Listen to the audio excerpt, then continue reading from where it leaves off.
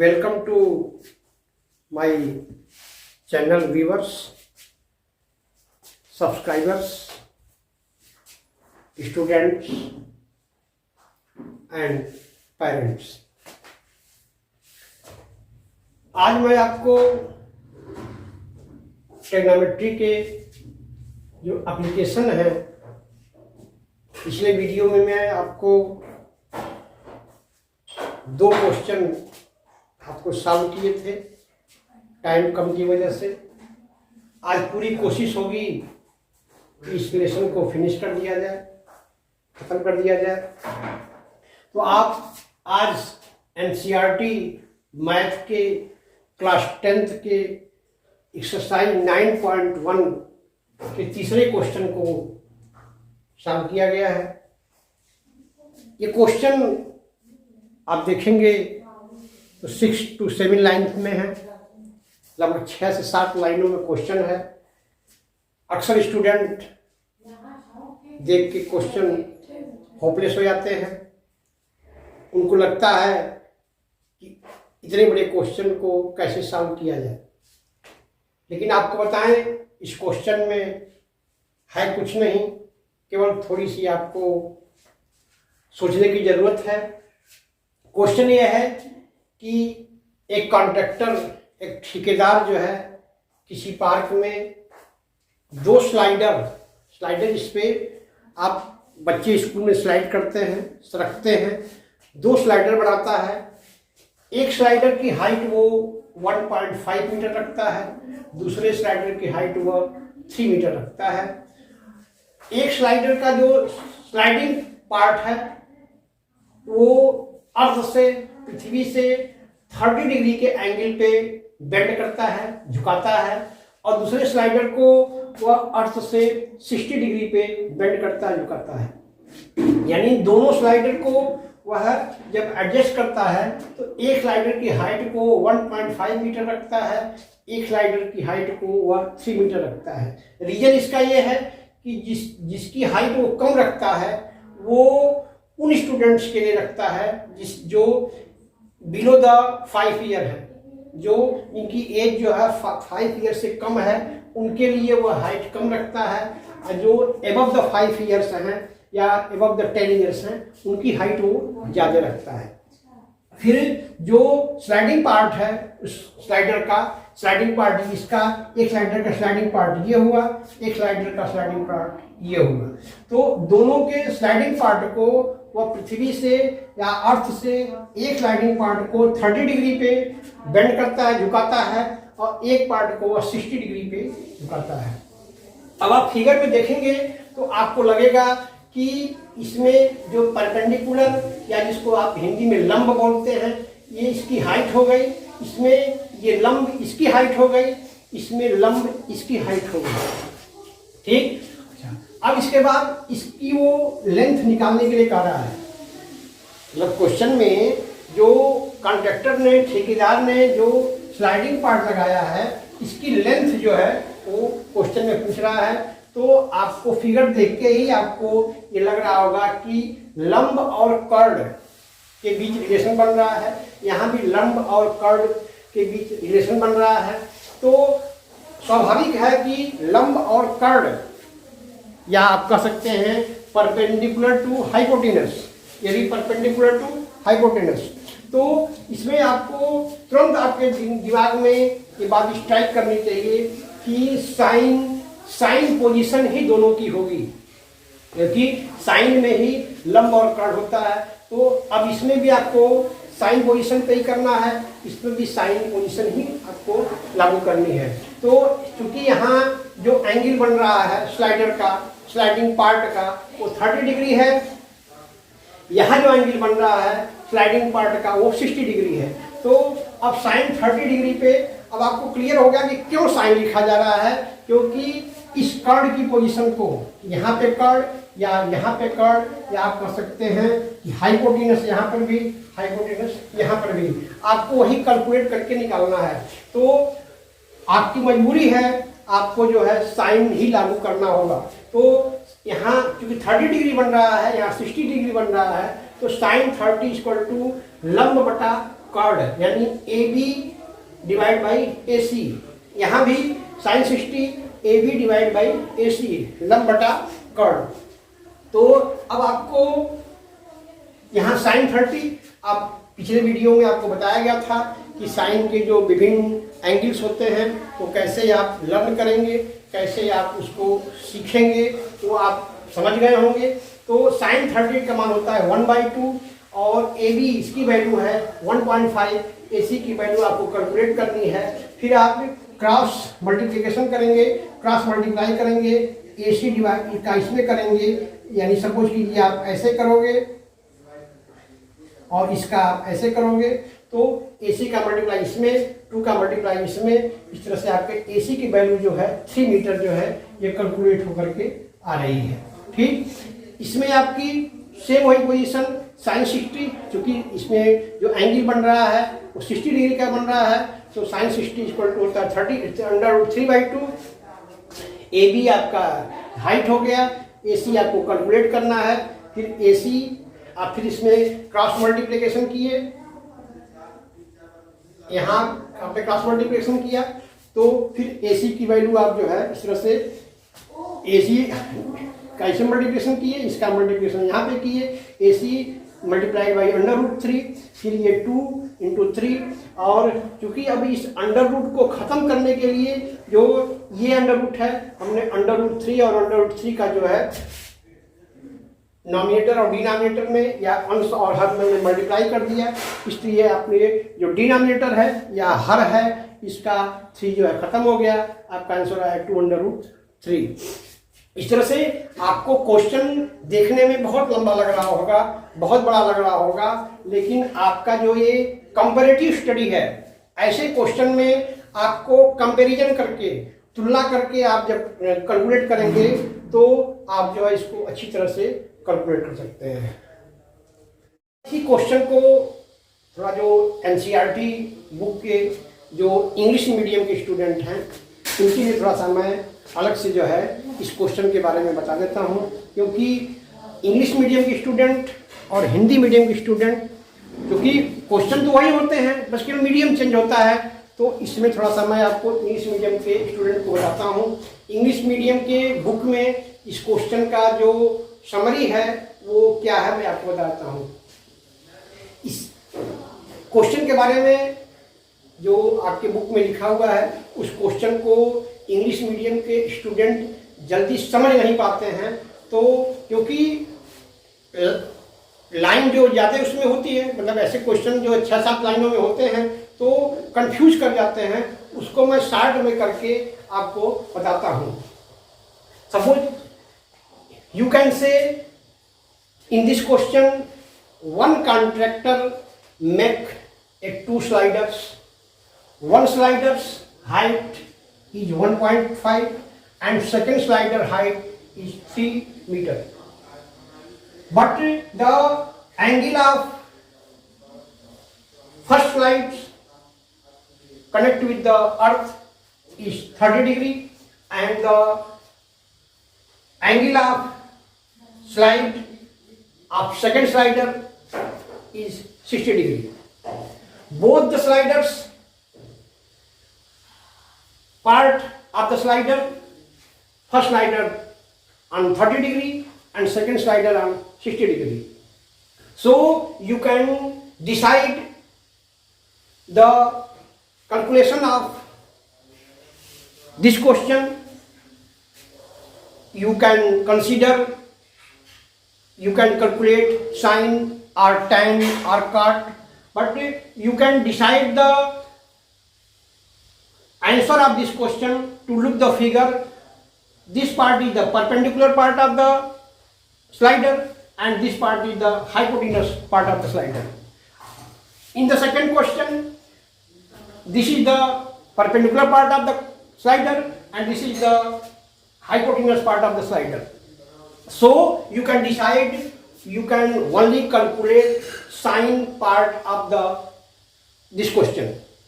First of all, you can write the sine 30 degree, yeah, sine is equal to perpendicular divided by hypotenuse. sin 60 is equal to perpendicular divided by hypotenuse. So you can decide the sin 30 value 1 by 2 and the value of AB in this figure is 1.5 and you can calculate the value of AC. In this figure you can decide the angle of sin 60 degree and sin is the divided by perpendicular divided by hypotenuse. Sin 60 degree you can learn under root 3 by 2 and the height of slider is 3 and you can calculate AC by this figure. So you can decide the height of both sliders. First slider is only for the student which are below the 5 years and the second slider is only for the student which are above the 5 years. So according to this figure you can easily calculate the length of hypotenuse of this figure and the length of hypotenuse of this figure. So I request to all the students of English medium, they will not hopeless to see the length of the question. कभी भी आप question के length को देख करके आप hopeless ना हो, उसके जो कंटेंट हैं जो आप उसको इजीली अंडरस्टूड कर लेंगे तो you can calculate the answer of all question easily. चलिए अब आपको क्वेश्चन नंबर 4 का सॉल्यूशन आपके सामने है. इस क्वेश्चन में क्वेश्चन जो है इसमें यह है कि कोई एक मीनार है और मीनार के बेस से आधार से 30 मीटर के डिस्टेंस पर जो है कोई एक ऐसा बिंदु है जिससे मीनार के जो टॉप पोजीशन है, यहाँ से जब आप देखते हैं मीनार के टॉप पोजीशन को यानी मीनार की ऊंचाई को देखते हैं तो इस अर्थ से बेस से जो है 30 डिग्री का एंगल बनता है, 30 अंश का कोण बनता है. और इस क्वेश्चन में यह है कि आपको मीनार की हाइट निकालनी है. ठीक, हाइट मतलब आपका AB. अब क्वेश्चन को देखिए, सबसे जरूरी है आपके इस हाइट एंड डिस्टेंस में यानी जो ट्रिग्नोमेट्री के एप्लीकेशन है इसके ये क्वेश्चन जो होते हैं हाइट एंड डिस्टेंस के बोले जाते हैं. हाइट एंड डिस्टेंस में आपको फिगर, जब आप फिगर बना लेंगे तो समझ लीजिए कि आपके क्वेश्चन का 80% solution you can calculate easily. आप जो है आसानी से इसको कैलकुलेट कर लेंगे. आपने फिगर ड्रा कर लिया कि एक मीनार के बेस से 30 मीटर की दूरी पर आप खड़े होकर के मीनार के टॉप पोजीशन को देखते हैं तो 30 डिग्री का एंगल बनता है, 30 डिग्री का कोण बनता है. तो इस मीनार की हाइट निकालनी है. अब फिगर देख करके आपके दिमाग में ये चीज तुरंत स्ट्राइक करनी चाहिए कि हाइट कैलकुलेट करना है, बेस दिया हुआ है. यानी कि अब आपको साइन थीटा की जरूरत नहीं है, अब आपको लंब और आधार याद कर सकते हैं, हाइपोटेनस और बेस, ये कैलकुलेशन में आना है. तो बेस तो दिया ही है और हाइपोटेनस आपको कर दिए जो परपेंडिकुलर है, परपेंडिकुलर और बेस आपको कैलकुलेट करना है. तो परपेंडिकुलर या जिसको आप लंब बोलते हैं, तो लंब और आधार, अब ये लंब और आधार जो है आपको tan थीटा में आता है. तो अब आप जो एंगल बन रहा है tan 30 डिग्री इक्वल टू लंब, आपका ये जो है पोर्शन ये लंब हो गया या or you can say the perpendicular, ये BC आपका कर्ण हो, ये आधार हो गया या आप कह सकते हैं बेस. तो लंब और आधार जो आपका होता है tan थीटा में होता है. तो tan 30 degree equal to AB divide by BC. tan 30 डिग्री का आपका जो वैल्यू होता है 1 बाई √3 एच आपको हाइट कैलकुलेट ही करनी है और BC आपकी वैल्यू दी हुई है, आपने इसको पुटअप कर दिया यहाँ पे। अब फिर आप जो है क्रॉस मल्टीप्लिकेशन करेंगे, तो 30 का 1 में करेंगे, फिर इसका इसमें करेंगे, तो 30 multiply by 1 equal to √3 multiply by h, या इसी को आप ऐसे उल्टा करके भी लिख सकते हैं, इतना इक्वल टू इतना, तो इतना इक्वल टू इतना, बात वही हुई। तो √3 multiply by h equal to 30, h equal to √30 divide by √3। अब इस √3 को आप खत्म करने के लिए √3 का ऊपर ही मल्टीप्लाई कर दिए, √3 का नीचे ही मल्टीप्लाई कर दिए। ये √3 और ये √3 जब मल्टीप्लाई होगा तो ये 3 में कन्वर्ट हो जाएगा, फिर 3 को इससे डिवाइड कर देंगे, ये आपका 10 हो जाएगा। आंसर आपका आ गया 10√3। ये आपका क्वेश्चन नंबर 4। ये आपके लेसन का क्वेश्चन नंबर 6 का सॉल्यूशन है। क्वेश्चन नंबर 6 में यह है कि एक लड़का जो 1.5 मीटर लॉन्ग है, लंबा है, खड़े होकर के एक बिल्डिंग जो कि 30 मीटर ऊंची बिल्डिंग है, उसके सबसे टॉप मोस्ट पोजीशन पे, सबसे ऊपर वाले जो पोजीशन को देख रहा है। लड़की की लंबाई 1.5 मीटर है, ये देख रहा है। तो जब इस यहाँ से देख रहा है तो इसके आंख से और इसके बिल्डिंग के टॉप मोस्ट पोजीशन से जो एंगल बन रहा है वो 30 डिग्री का एंगल बन रहा है। ठीक, फिर क्वेश्चन में आगे करा है कि वह कुछ दूरी आगे बढ़ा जो बिल्डिंग है उसकी तरफ, और जब उसकी तरफ आगे बढ़ा तो फिर देखा कि जब वो वहां से देखा बिल्डिंग के टॉप मोस्ट पोजीशन को, तो उसकी आंख से जो है एंगल वो 60 डिग्री पे आ गया। ठीक, अब क्वेश्चन ये कर रहा है कि वो लड़का जो है जब जहां खड़ा था वहां से 30 डिग्री बन रहा था, कुछ दूर आगे बढ़ा, सपोज कीजिए कि इस तरह से आगे बढ़ा वो, और आगे बढ़ने के बाद जब वहां से देखा तो बिल्डिंग के ऊपर के जो टॉप मोस्ट पोजीशन था वहां से 60 डिग्री एंगल बनने लगा। तो क्वेश्चन ये कर रहा है कि वह लड़का कितनी दूरी आगे बढ़ा, ये आपको कैलकुलेट करना है। तो सबसे पहले आप फिगर ड्रा करेंगे। फिगर ड्रा आपके सामने है। ये आपकी बिल्डिंग की हाइट 30 मीटर हो गई, इस लड़के की जो है बॉय की जो लंबाई है 1.5 मीटर हो गई, और हमने जो बिल्डिंग के पास से और बच्चे की दूरी ये आपकी B और D हो गई। फिर वो यहाँ से यहाँ तक जहाँ 60 डिग्री पे एंगल बनने लगा वो उसको C से आइडेंटिफाई किए हैं। अब इसमें आपको फिगर से आप तुरंत डिसाइड कर लेंगे कि ये हाइट निकालना है परपेंडिकुलर, और हमको बेस निकालना है, यानी इसमें tan जो है अप्लाई किया जाएगा। तो सबसे पहले आप देखेंगे कि tan 30 डिग्री एंगल पे जो है इसकी डिस्टेंस निकालनी होगी।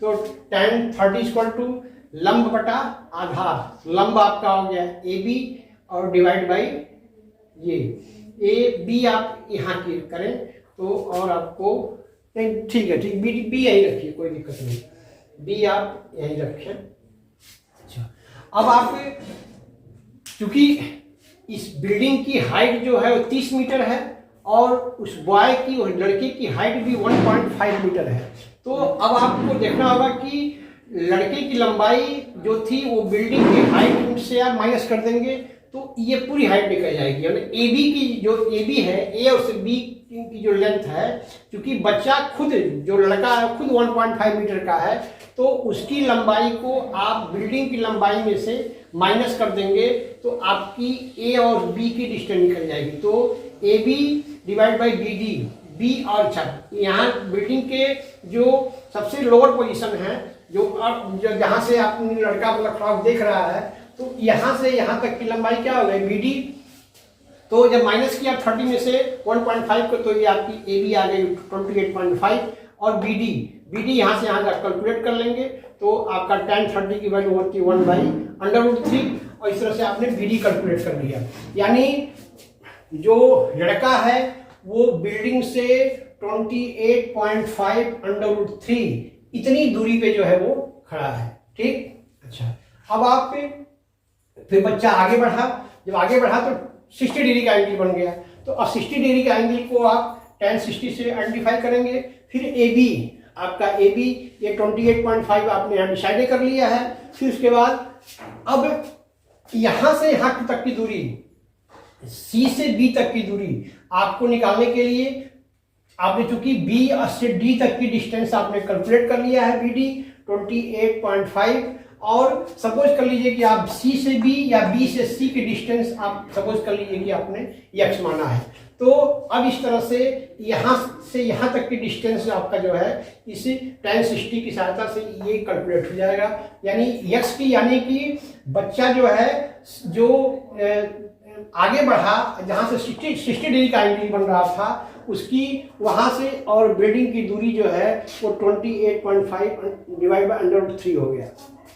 अच्छा, अब आपको क्वेश्चन ये कर रहा है कि बच्चा जो बॉयज था, जो लड़का था, वो जब एंगल 30 डिग्री का बन रहा था तो वह वहाँ से कितना आगे बढ़ा कि 60 डिग्री का एंगल बनने लगा। यानी यहाँ खड़ा था, यहाँ से यहाँ तक जब आया तो कितनी दूरी वह आया, ये आपको कैलकुलेट करना है।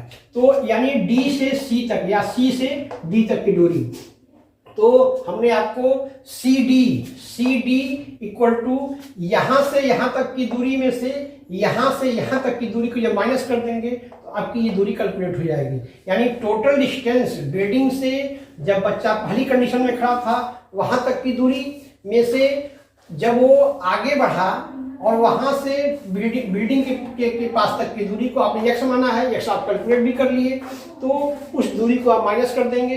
यानी BD में से इस BC को माइनस कर देंगे तो आपकी CD जो है कैलकुलेट हो जाएगी। अब देखिए BD में से BD माइनस BC कर दिए तो BD की वैल्यू आपकी यहाँ पे है, BC की वैल्यू आप ये जो एक्स निकाले हैं ये वैल्यू आपकी BC की है, ठीक। तो BC की वैल्यू आपने यहाँ निकाल लिया और दोनों का माइनस करके फिर CD की वैल्यू आप कैलकुलेट कर लेंगे। इस तरह से जब ये कंपैरेटिव स्टडी करेंगे आप, जब दोनों को कंपेयर करके आप एक साथ करेंगे तो आपके लिए क्या होगा, ये आसानी से आप इसको कैलकुलेट कर सकते हैं। तो ये तो हिंदी मीडियम के स्टूडेंट आसानी से समझ गए होंगे। इंग्लिश मीडियम के स्टूडेंट में थोड़ा सा मैं आपको इंग्लिश में इसको जो है मेंशन कर देता हूँ। This question says that 1.5 meter long student stand in front of a building which height is near about 30 meter. 1.5 meter long boys stand in front of 30 meter buildings.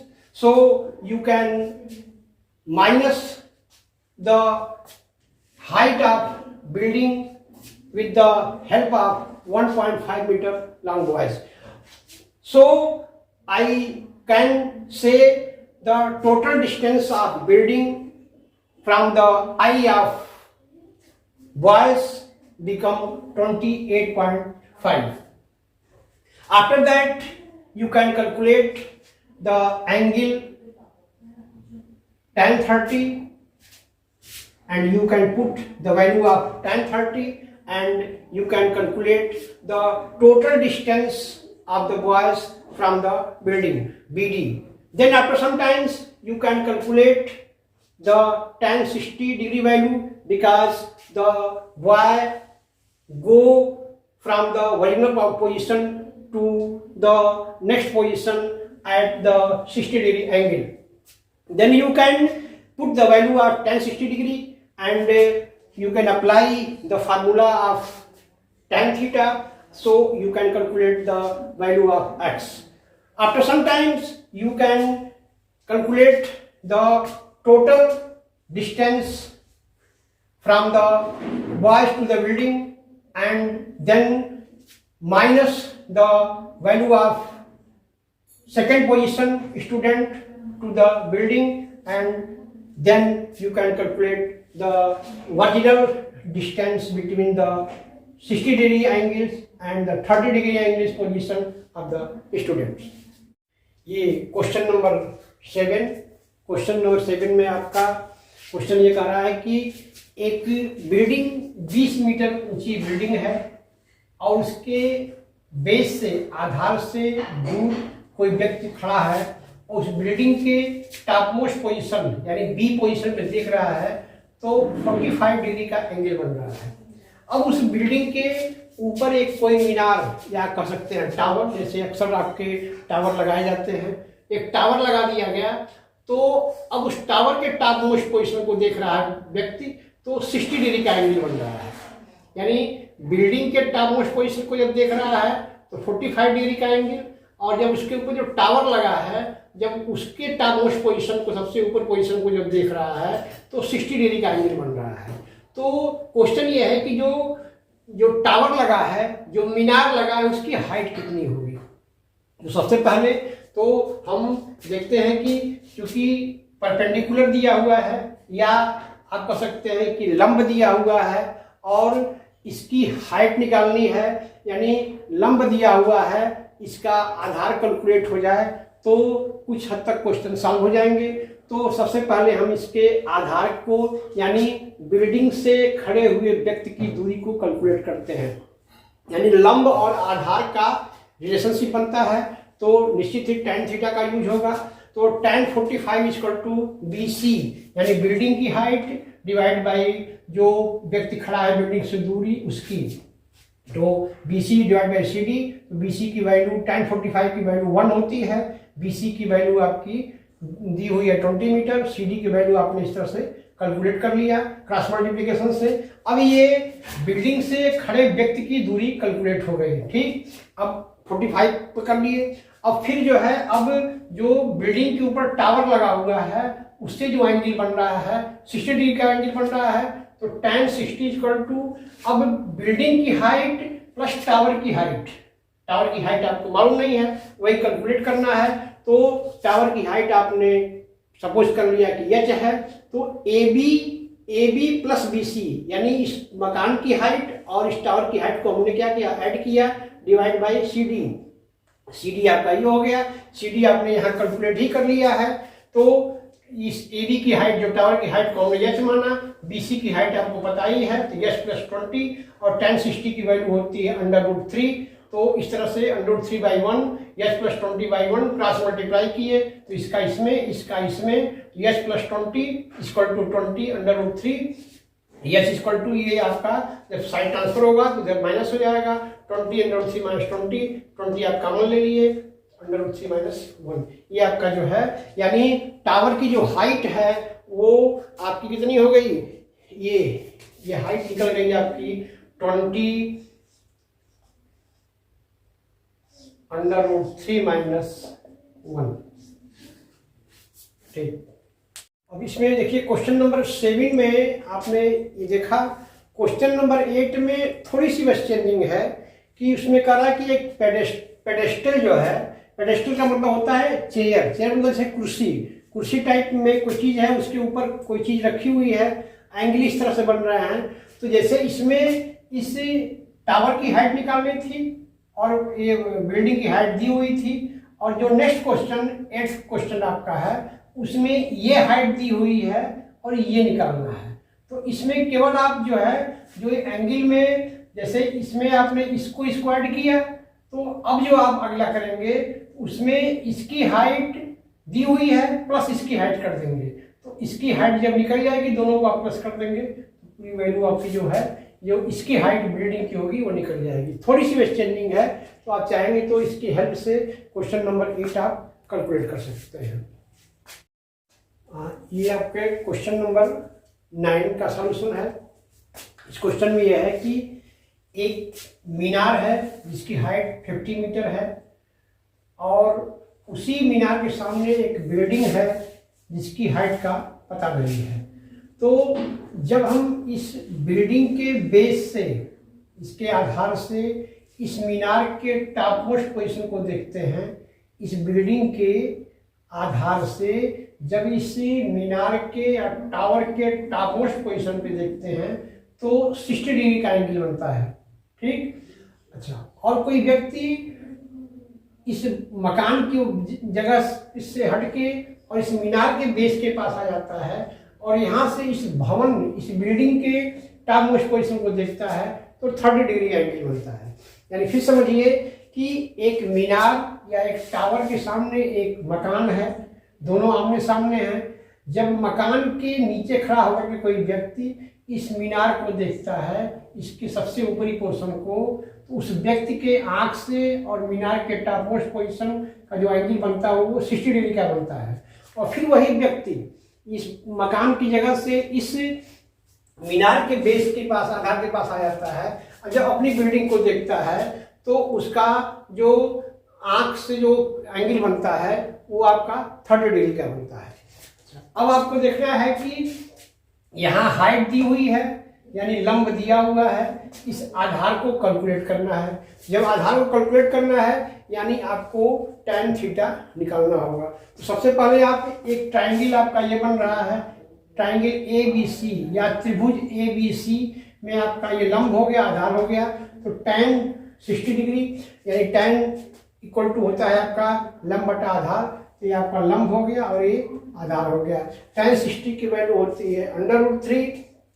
AB आपका जो लंब है वो 50 दिया हुआ है, आधार आपका पता नहीं है, क्रॉस मल्टीप्लाई करके आप BC की वैल्यू कैलकुलेट कर लेंगे।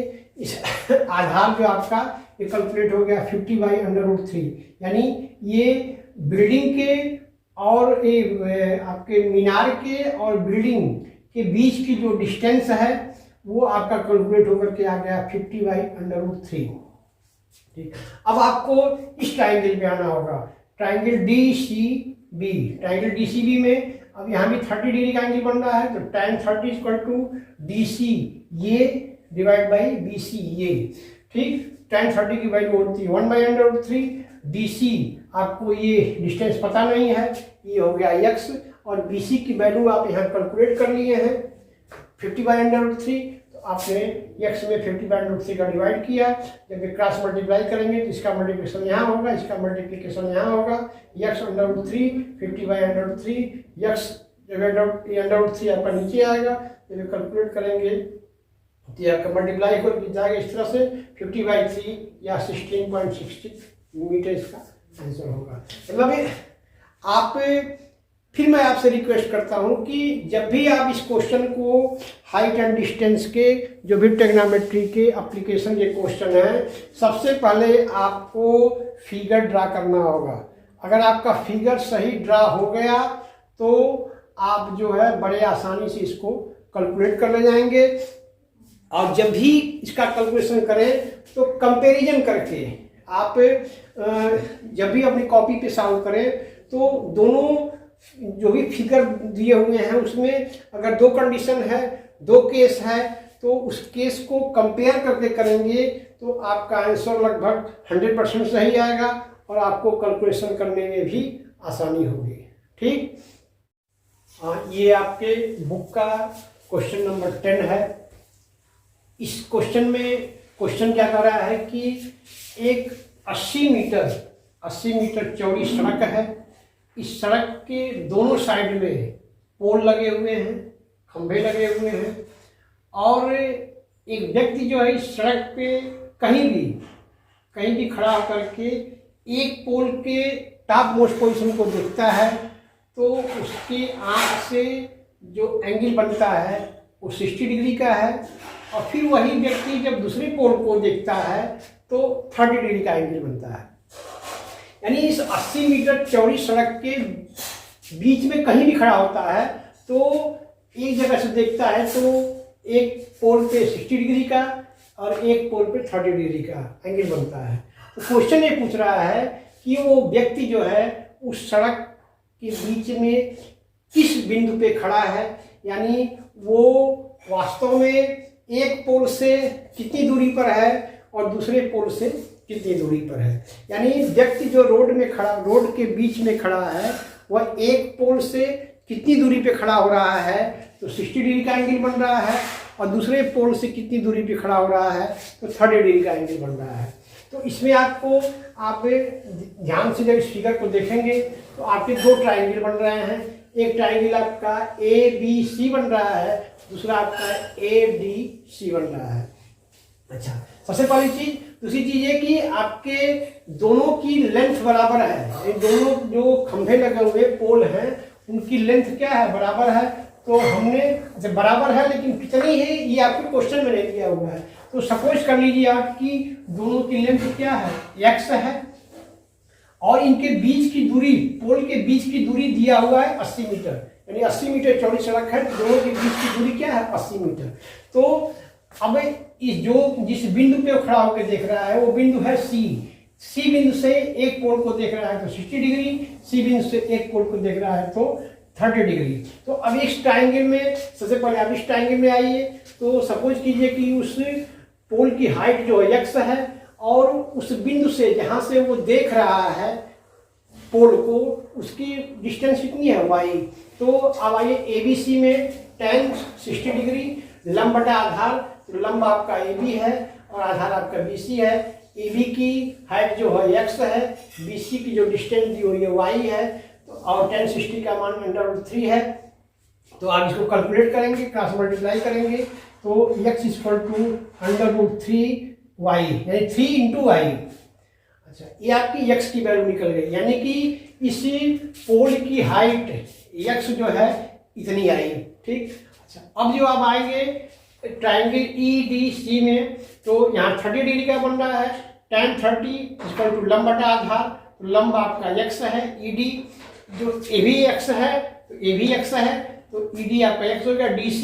अच्छा, चूंकि इस पोल के बेस से और इस बिंदु के बेस के बीच की दूरी हमने y माना है, और पूरी दूरी कितनी है 80, यानी 80 से y को माइनस कर देंगे तो ये डिस्टेंस निकल जाएगी।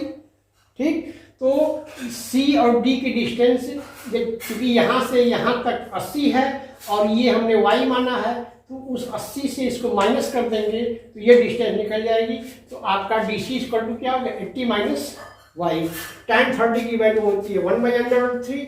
इस तरह से यहाँ पे x की जब इसको क्रॉस मल्टीप्लाई करेंगे तो x = आपका आएगा 80 - y /√3, यानी x की वैल्यू आपकी यहाँ आई √3y और यहाँ आई 80 - y /√3, यानी हम इस x की जगह पे इस वैल्यू को लिख सकते हैं। वही हमने किया, x = √3y है, तो x की जगह हमने लिख दिया 80 - y /√3, और ये √3y आपका था ही। इसको जब कैलकुलेट किए तो आपका 3y = आ गया 80 - y, और इस y को जब इधर ट्रांसफर करेंगे तो 3y + y = 80, 4y = आपका 80/4, y = 20, यानी इस बिंदु से और इस पोल की दूरी कितनी हो गई आपकी 20। तो जब यहाँ से यहाँ तक 20 हो गई और यहाँ से यहाँ तक आपकी 80 थी ही, तो आप वैसे ही ओरली कैलकुलेट कर सकते हैं कि आपका 60 आएगा। लेकिन 60 निकालने के लिए आप चूंकि x = 3y यहाँ है, इसको एरो से हमने यहाँ दिखा दिया है √3y, तो y की वैल्यू आपकी 20 है, 20 यहाँ निकाले हैं आप y की वैल्यू यहाँ पे, और x = √3y, तो √3y, y की वैल्यू 20 है, 20 = √3, यानी x, यानी इस जो दोनों पोल हैं इनकी हाइट जो होगी वो 20 √3 होगी, और एक बिंदु से एक पोल की डिस्टेंस जो होगी ये y 20 होगी, और यहाँ से यहाँ तक दूसरे पोल की डिस्टेंस जो है 60 होगी, क्योंकि दोनों के बीच की दूरी क्या है आपकी 80 है। तो जब ये y कैलकुलेट हो गया तो ये आपका ये 20 होगा और ये 60 होगा। इस तरह से आप इसको जो है सॉल्व कर सकते हैं। आइए अब चलते हैं क्वेश्चन नंबर 11 पर।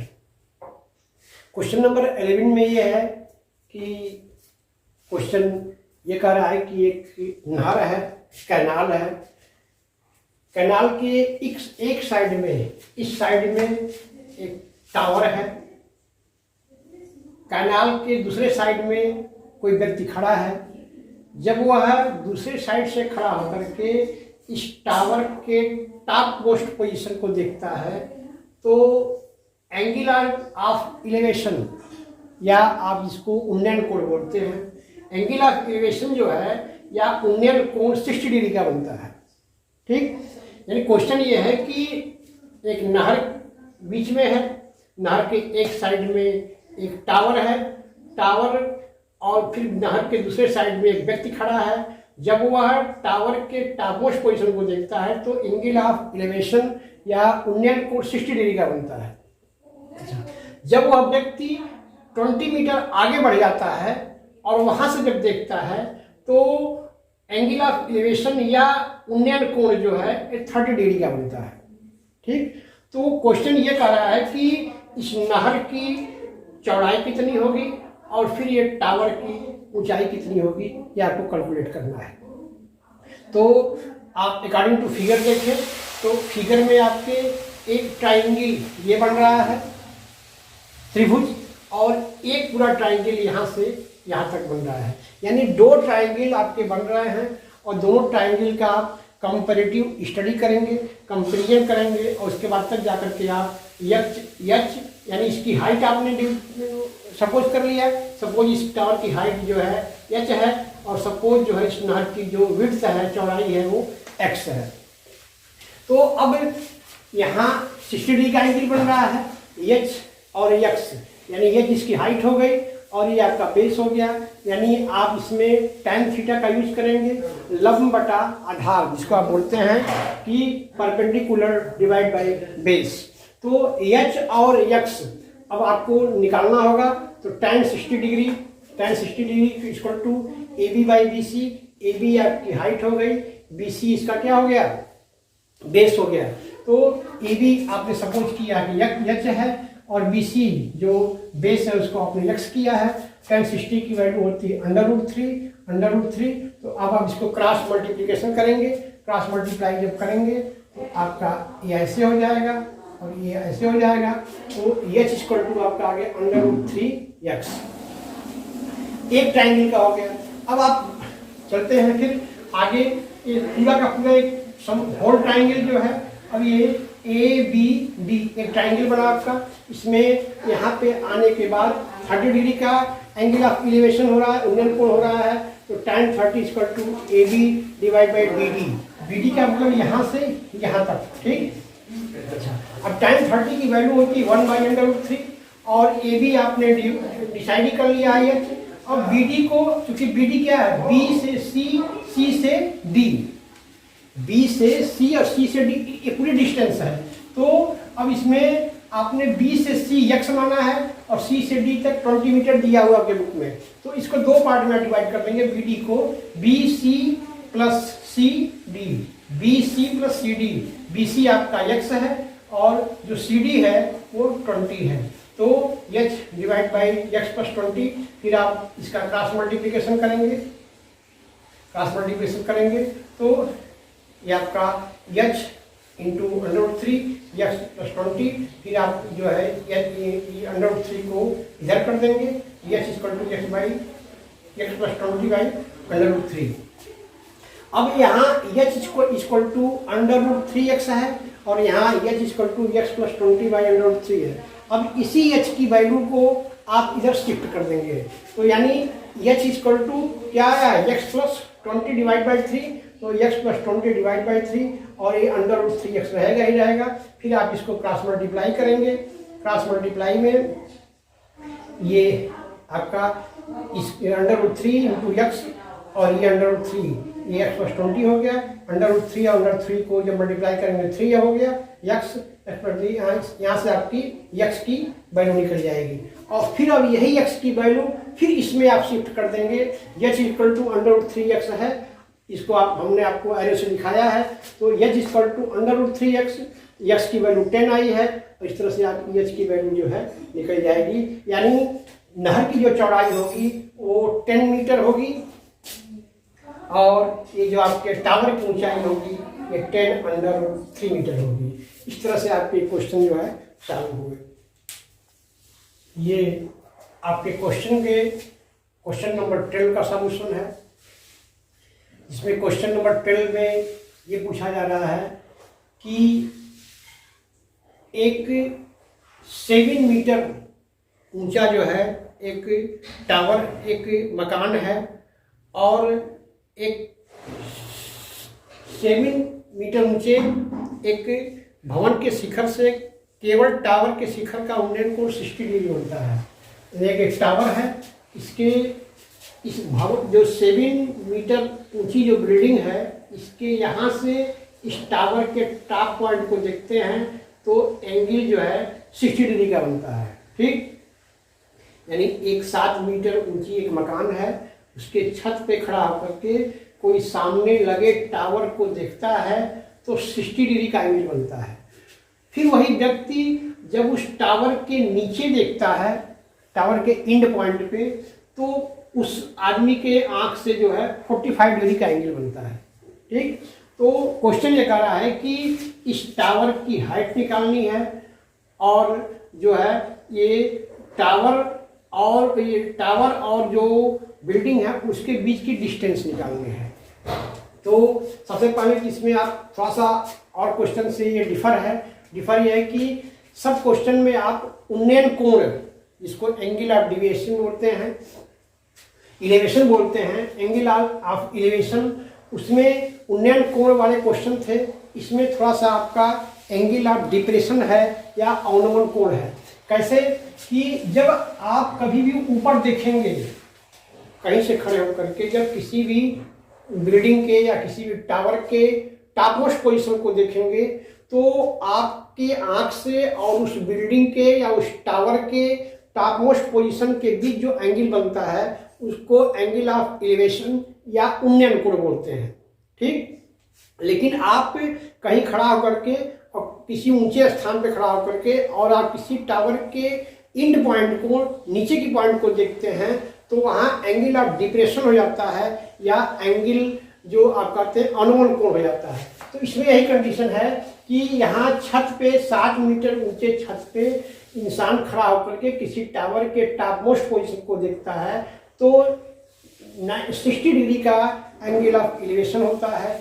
और जब वही इंसान टावर के एंड पॉइंट नीचे जो बेस है उसको देखता है तो उस समय जो एंगल बनता है वो 45 डिग्री का बनता है, जिसको एंगल ऑफ डिप्रेशन या अवनमन कोण कहते हैं। लेकिन अब इसमें एंगल ऑफ डिप्रेशन और एंगल ऑफ इलेवेशन ये दोनों होते हैं इक्वल। ठीक, तो अब आप देखेंगे फिगर में तो इस फिगर में स्पष्ट हो रहा है कि एंगल ऑफ जो डिप्रेशन है वो यहाँ से और एंगल ऑफ इलिवेशन यहाँ से। अब इसको देखने के बाद आप क्लियर हो जाइए कि अब आपके दो ट्रायंगल, एक ट्रायंगल ये और एक ट्रायंगल ये बन रहा है। ठीक, यहाँ एंगल ऑफ डिप्रेशन 45 डिग्री है तो जो एंगल ऑफ यहाँ से जो इलिवेशन होगा वो एंगल ऑफ एलिवेशन जो है 45 डिग्री का हो जाएगा। तो अब आप जो है सबसे पहले आप इस ट्रायंगल में आएंगे CDE, ट्रायंगल CDE में आप tan 45 डिग्री का एंगल बन रहा है तो tan 45 डिग्री लंब बटा आधार या परपेंडिकुलर डिवाइड बाय बेस, तो tan 45 CD/D, तो C आपका tan 45 1 होता है।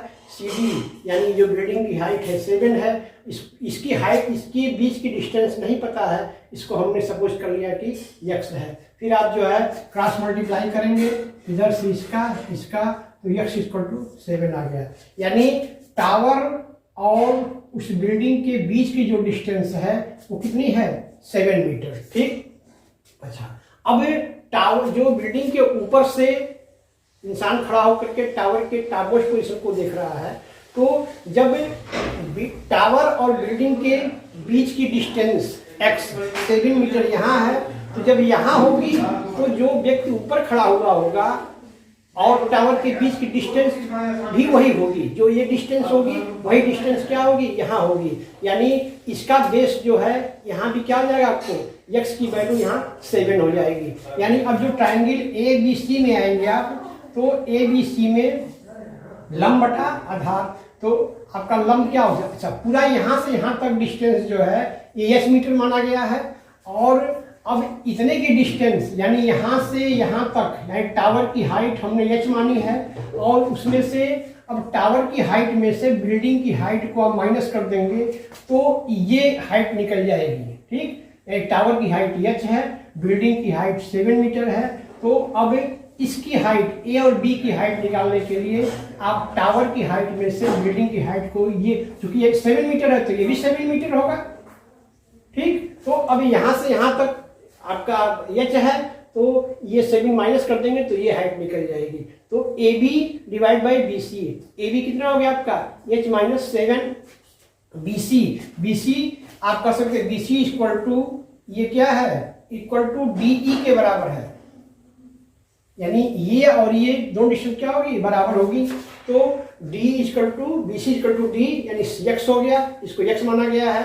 अब आपका tan 60 की वैल्यू √3 होती है, फिर h माइनस 7, इस तरह से आपने h की वैल्यू निकाली और h की वैल्यू हो गई 7√3, यानी जो टावर की हाइट है, टावर की हाइट कितनी हो गई आपकी 7√3 + 1, ये आपकी, इसको आप टावर की हाइट बोल सकते हैं, टावर की ऊंचाई।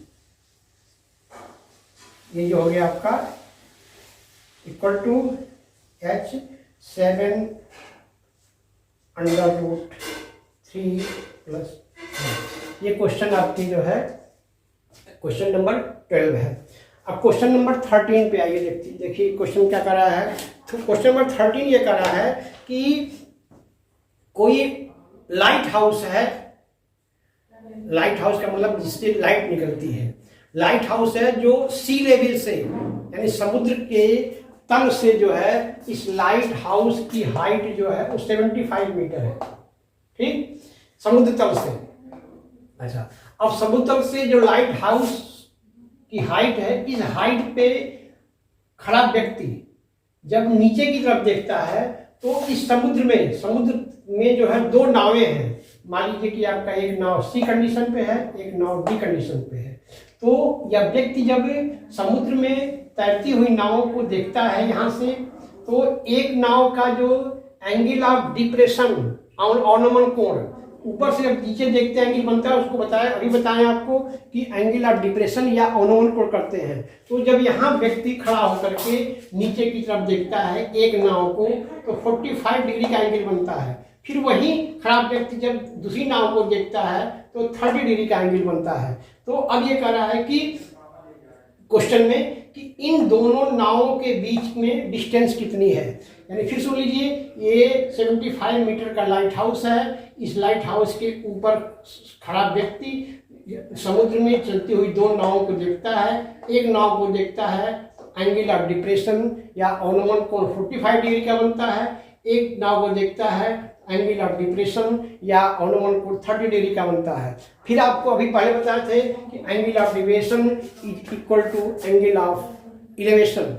तो अब एंगल ऑफ डिविएशन यहाँ 45 हो रहा है, तो ये आपका 45 एंगल ऑफ इलेवेशन भी हो जाएगा। ये एंगल ऑफ डिप्रेशन जब 30 डिग्री का हो रहा है, तो एंगल ऑफ इलेवेशन भी आपका 30 डिग्री का हो जाएगा। अब इसमें भी आपके दो ट्राइंगल बन रहे हैं। एक ट्राइंगल आपका यहाँ से यहाँ तक, फिर एक ट्राइंगल आपका यहाँ से फुल यहाँ तक बन रहा है। तो अब फर्स्ट ट्राइंगल में आप आइए, triangle A B C, triangle A B C 45 degree का है। tan 45 equal to A B by B C. A B आपका 75 मीटर है, बी सी आपका पता नहीं है, तो tan 45 डिवाइड 1 होती है। A B divide by B C, 75 divide by B C, cross multiply करेंगे तो B C equal to 75 degree, 75 metre. फिर उसके बाद अब आप नेक्स्ट ट्राइंगल पे आएंगे ए बी डी। अब ए बी डी में ये 30 डिग्री का बन रहा है, अब इससे आपको मतलब नहीं है, 30 डिग्री का बन रहा है, tan 30 equal to A B by B D. तो ए बी आपका 75 है और बी से डी की डिस्टेंस, यानी अब ये डिस्टेंस दो पार्ट में डिवाइड है, बी सी और सी डी में। बी से डी तक जो डिस्टेंस है ये आपके दो पार्ट में है, बी से सी तक डिस्टेंस अलग है और फिर इन दोनों के नावों के बीच की डिस्टेंस अलग है। तो इसी को बी डी को हमने डिवाइड कर दिया, B C plus C D. अच्छा, बी सी की डिस्टेंस आपने यहाँ निकाली है, तो बी सी की जगह 75, सी डी हमने एक्स मान लिया है, सी डी एक्स हो गया। अब इस तरह से आप जो है एक्स की वैल्यू कैलकुलेट करके आप निकाल सकते हैं। कहने का मतलब ये कि बिना फिगर के, बिना आपके फिगर ड्रा किए हुए you can not calculate the question of height and distance. आप हाइट एंड डिस्टेंस के क्वेश्चन को कैलकुलेट नहीं कर सकते। ये क्वेश्चन नंबर 14। क्वेश्चन नंबर 14 में आपको ये सॉल्व करना है कि क्वेश्चन ये कह रहा है कि एक टावर है, और टावर नहीं कह सकते, मतलब एक जो पतंग है, पतंग ग्राउंड लेवल से 88.2 मीटर की हाइट पे उड़ रहा है। ठीक, एक लड़की है जो 1.2 मीटर की है, वो एक जगह खड़े होकर के इस पतंग को देख रही है। तो जब पतंग को लड़की पहली कंडीशन में देख रही है तो एंगल ऑफ एलिवेशन या उन्नयन कोण 60 डिग्री का बनता है। यानी पहली बार यहाँ खड़ा होकर के जब पतंग को देख रही है तो एंगल ऑफ एलिवेशन जो है ये 60 डिग्री का बन रहा है। फिर कुछ देर बाद जब पतंग आगे बढ़ता है, अपनी पोजीशन को पतंग चेंज करता है, लड़की की पोजीशन नहीं चेंज होती है, लड़की तो अपनी जगह पे खड़ी है। पतंग जब आगे बढ़ता है तो पतंग के टॉप मोस्ट पोजीशन से जब लड़की उसके टॉप मोस्ट पोजीशन को देखती है तो एंगल ऑफ एलिवेशन जो है 30 डिग्री हो जाता है। तो क्वेश्चन ये कर रहा है कि पतंग जब पहली कंडीशन में था तो उन्नयन कोण 60 डिग्री बना, और जब दूसरी पतंग थोड़ा सा आगे उड़ के गया तो फिर एंगल जो है आपका घट करके 30 डिग्री पे आ गया। तो क्वेश्चन ये है कि पतंग पहली पोजीशन से दूसरी पोजीशन में चला गया तो कितनी दूरी आगे बढ़ा, ये आपको कैलकुलेट करना है। तो क्वेश्चन में सबसे पहली चीज है कि ग्राउंड लेवल से पतंग की जो हाइट है वो 88.2 मीटर है। बच्ची की हाइट, लड़की की हाइट जो है 1.2 मीटर है, ये 88.2 मीटर पे है। तो अब आप देखेंगे कि इसमें दो ट्राइंगल बन रहे हैं। फिगर को ध्यान से देखें तो एक ट्राइंगल आपका ABD बन रहा है और एक ट्राइंगल आपका ECD बन रहा है। ये यहाँ इस नाते नहीं लिया जा रहा है कि ये 1.2 मीटर लड़की लंबी है तो आंख इसकी यहाँ होगी तो यहाँ से देखेगी। ठीक, इस नाते इसके ग्राउंड लेवल से नहीं लिया जा रहा है। अच्छा, पतंग की हाइट ग्राउंड लेवल से 88.2 मीटर है तो वास्तव में लड़की से कितना ऊपर है, तो लड़की की लंबाई को यानी AB की लंबाई निकालने के लिए आप जो टोटल हाइट है उसमें से लड़की की लंबाई को आप माइनस कर देंगे तो आपकी पतंग की हाइट एबव द गर्ल्स, लड़की के ऊपर कितने ऊपर है ये आपका निकल जाएगा। तो वास्तव में पतंग जो है लड़की के हेड के 87 मीटर ऊपर है। अब इसमें आपके दो ट्राइंगल बने, एक ट्राइंगल आपका ABD बना, ABD में 30 डिग्री का एंगल बना है तो tan 30 = AB/BD। AB आपका 87, BD दो पार्ट में है क्योंकि वास्तव में हमको C और B की पोजीशन निकालनी है। यानी पहली कंडीशन से दूसरी कंडीशन में जो पतंग पहुंचा है उसकी डिस्टेंस निकालनी है। ट्राइंगल आपका ABD बना है तो BD को दो पार्ट में डिवाइड कर दिए, BC और CD। BC आपका x सपोज कर लिया गया है और CD आपका पता नहीं है। इस तरह से आप x + CD क्रॉस मल्टीप्लाई किए, क्रॉस मल्टीप्लाई करने के बाद आपका ये पोजीशन आई और x को इधर ट्रांसफर कर दिए, CD = 87√3 - x आया। अब आप सेकंड ट्राइंगल में आइए, tan 60 डिग्री। EC आपकी जो लंबाई जिस हाइट पे यहाँ पतंग है उसी हाइट पे यहाँ पर भी है, यानी जो पहले हाइट पे था उसी हाइट पर पतंग दूसरे कंडीशन में भी है। तो tan 60 = EC/CD। tan 60 की वैल्यू होते हैं 6√3।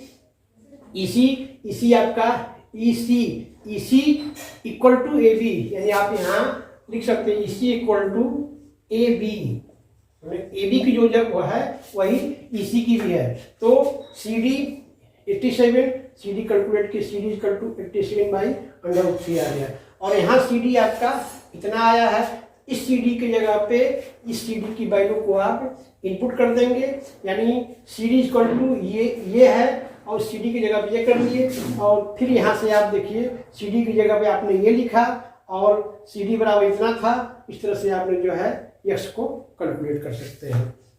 और x का मतलब कि इन पतंग की दोनों कंडीशनों के बीच जो पतंग के बीच की दूरी है, यानी फर्स्ट कंडीशन में 60 डिग्री का एंगल बना, सेकेंड कंडीशन में 30 डिग्री का एंगल बना, तो दोनों कंडीशनों में पतंग के बीच की दूरी जो है ये आपका यक्स कैलकुलेट हो गया 50√3/√3। क्वेश्चन नंबर 15 में है कि एक रोड जो है एक मीनार तक सीधे जो है पहुंचना है उसको। ये रोड इस मीनार तक जो है इस रोड बनी हुई है। एक इस मीनार के ऊपर एक व्यक्ति खड़ा है और देख रहा है कि एक कार जो है, जब वह कार को यहाँ स्थिर अवस्था में थी तो कार को देख रहा था तो 30 डिग्री का एंगल बन रहा था, और चूंकि ऊपर से देख रहा है तो आपको पिछले क्वेश्चन में बताए हैं कि इसको एंगल ऑफ डिप्रेशन या अवनमन कोण कहा जाता है। तो अच्छा, angle of depression is equal to angle of elevation. तो ऊपर से देख रहा है इस कार को, तो कार चूंकि कार के पास से देखता तो एंगल ऑफ एलिवेशन 30 होता, और ऊपर से भी देख रहा है तो 30 बन रहा है। तो ये कार को देख रहा है 30 डिग्री का एंगल बन रहा है। फिर कार जो है 6 सेकंड आगे बढ़ रही है। 6 सेकंड आगे बढ़ने के बाद जब यहाँ पहुँच रही है और जब व्यक्ति यहाँ से देख रहा है इसको तो 60 डिग्री का एंगल बन रहा है। ठीक, तो क्वेश्चन ये कर रहा है कि यहाँ से यहाँ तक आने में 6 सेकंड लगे तो 60 डिग्री का एंगल बन रहा। अब यहाँ से यहाँ तक यानी जो मीनार है, जो टावर है, उसके इंड पॉइंट तक पहुँचने में उसको कितना समय लगेगा, यानी इसी समय को आपको कैलकुलेट करना है। तो इसमें भी आपके 2 ट्रायंगल बने, एक ट्रायंगल ये बना, एक ट्रायंगल ये बना। अब इस ट्रायंगल में पहले आप जो है ये ट्रायंगल ले लीजिए। तो इसकी हाइट आपको पता नहीं है, सपोज कर लीजिए हाइट एच है, और सेकंड पोजीशन से और मीनार के इंड पॉइंट तक पहुंचने में सपोज कर लीजिए कि x सेकंड का समय लगा। तो अच्छा, यहाँ जो एंगल ऑफ एलिवेशन है वो 60 डिग्री का बन रहा है। तो tan 60 = AB/BC, यानी लंब बटा आधार। लंब आपका h है, आधार हमने x माना है। यहाँ से यहाँ तक आने में 6 सेकंड समय लग रहे हैं। इस तरह से आप जो है यहाँ पे h कैलकुलेट कर लिए। फिर अब आएंगे आप सेकंड ट्रायंगल में। तो ट्रायंगल पूरा आपका ABD है, 30 डिग्री का एंगल बन रहा है। tan 30 = AB/BD। AB आपका हाइट h है, और BD B से D तक, यानी यहाँ तो x सेकंड का समय है, ये 6 सेकंड दिया ही है, यानी BC और CD मिल करके आपके BD है, यानी BD की जगह पे हम BC + CD लिख सकते हैं। BC + CD, BC आपका हमने सपोज किया x है, और CD BC को x सपोज किया गया है, और C से D तक का तो बताया गया 6 सेकंड लगता है, तो x + 6। इस तरह से आपने x की वैल्यू कैलकुलेट कर ली, और x की वैल्यू कैलकुलेट करने पे आपको x की वैल्यू 3 आई है। यानी कार पहली पोजीशन से दूसरी पोजीशन तक पहुंचने में कार को 6 सेकंड लगे, और फिर दूसरी पोजीशन से मीनार के इंड पॉइंट तक पहुंचने में 3 सेकंड लगे। यानी कार की स्टार्टिंग पॉइंट से और मीनार के जब इंड पॉइंट तक, मीनार के बेस तक पहुंचने में टोटल 9 सेकंड समय लगे। 6 सेकंड तो आपको बता ही दिया गया है। सी से और बी तक x की वैल्यू कैलकुलेट करनी थी, और इस तरह से आपके यहाँ से यहाँ तक जो है 3 सेकंड समय लगे। इसको आप देख लीजिए कैसे किया गया है। ये आपका क्वेश्चन नंबर 16 जो है लास्ट क्वेश्चन।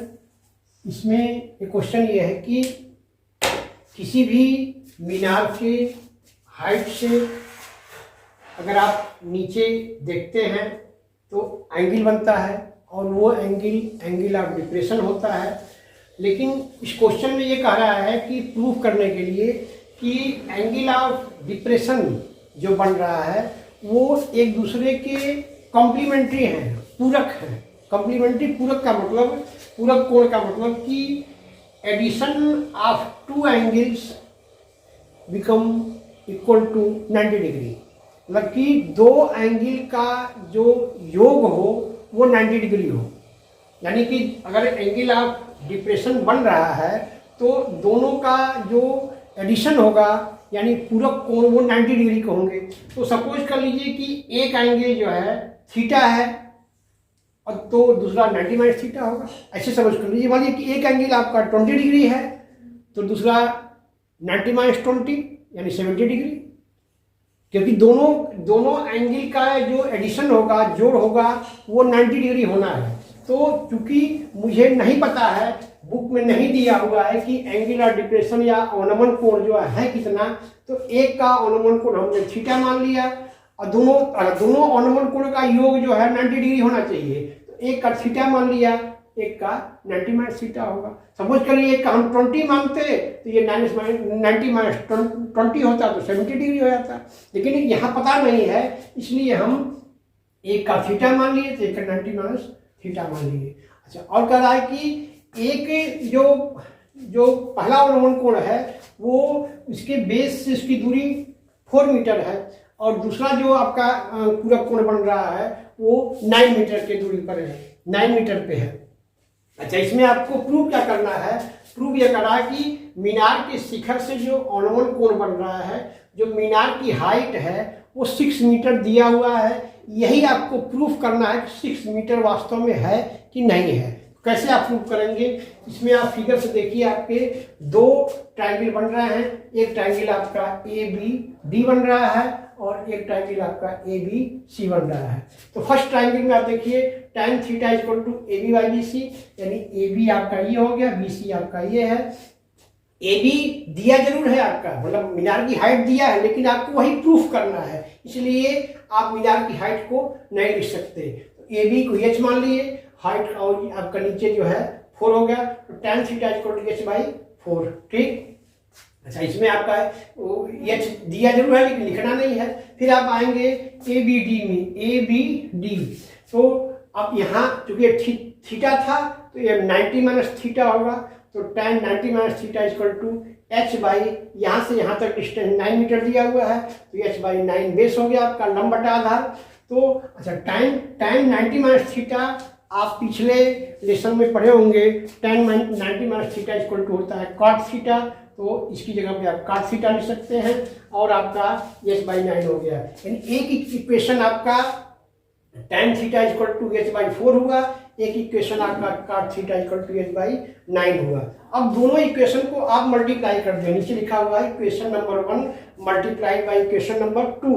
जब मल्टीप्लाई करेंगे तो tan theta multiply by cot theta, और फिर ये दोनों मल्टीप्लाई होंगे, H/4 H/9, tan theta multiply cot theta को 1/tan थीटा भी आप लिख सकते हैं, या प्रीवियस लेसनों में पढ़े होंगे।